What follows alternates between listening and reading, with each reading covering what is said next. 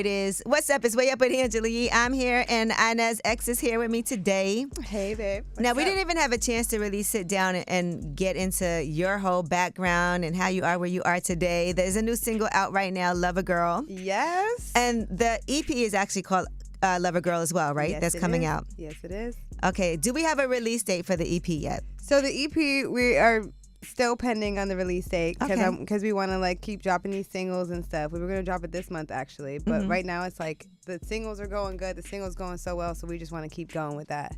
And you've been in this business for quite some time. You actually had PNB Rock on a song. Yes. Stupid. Yes. Yes. And I think a lot of people, you had. Can you talk to me a little bit about how you even met PNB Rock and how that even happened? Oh man, this is a little bit part of my past life a bit. So I was on tour with Fetty Wap, Post Malone, and PNB came out to one of the shows, and he was performing with us, and we were just literally backstage.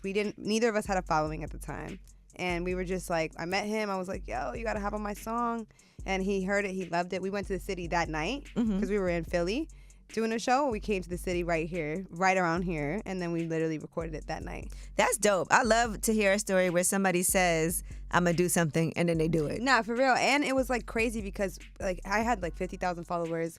He had 100,000 followers. It was right before we kind of really, and then we both started doing a lot of things and just moving. And, he was one of my actually really good friends in the industry too. He came to my birthday party the year that he passed and everything. R.I.P. So, yeah, it was really emotional for me. It was dang, this is someone I really we both popped at the same time kind of. So R.I.P. to PNB. Think about all those people, Fetty Wap and also Post Malone at the time, because Post Malone wasn't where he is now. I think he just had Allen Iverson. Yes, exactly. I mean, that White Iverson song out. That was it. It was my past life.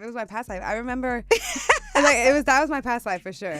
But that definitely laid the foundation for where you are today. That's why that's important too. Yes, I saw so much good and bad and everything and learned so much, and it was definitely seeing Post right before he blew up and everything. We all kind of were coming up and going together kind of, and it's a lot. You see a lot, so I definitely learned a lot. And you're from Brooklyn. We already love that. Period.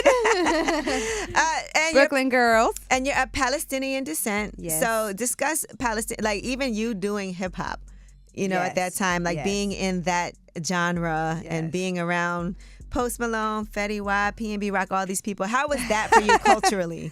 Wow, that's the thing is like what we said. It's really that blend of being some kind of Eastern and living on the west side of the world. You know what I'm saying? It's that blend, and I think it's hard because for me, I wanted to do music because I didn't see any girls that looked like me. There was no Middle Eastern girls in pop culture enough. You know what I mean? So I was I want to see more girls doing this stuff that are like me.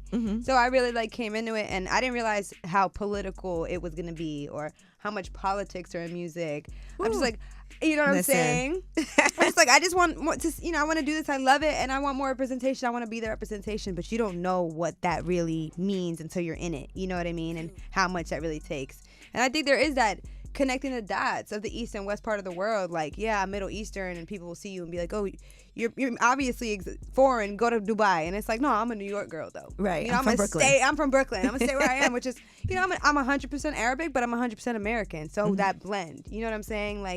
And I feel we need more of that representation right now, more than ever. You know? I think that being from here and also understanding different cultures helps you be a lot more understanding of other people too. 100%. Because a lot of times people have their own misperceptions of things, or people can be very, what's the word that's having a phobia against foreign people? Xenophobic. Right. People can be that way, but it's also when you're more well-traveled and when you have different cultures, this is such a melting pot of people for real. They say that, but it really is. There's in New York, you'll come across. Yeah, there's nowhere like New York City. Nowhere. I go around the world. I live in LA, whatever, but I still can't get that New York essence out of me because when you're here, it's you grow up in Brooklyn as everybody is every culture possible. My best friend group was everything. So I never felt that level of, you know what I'm saying? So to see all the hate, because racism is really hate. It's really hate, and to see it when you're as a New York girl coming from New York, you're what? My best friend is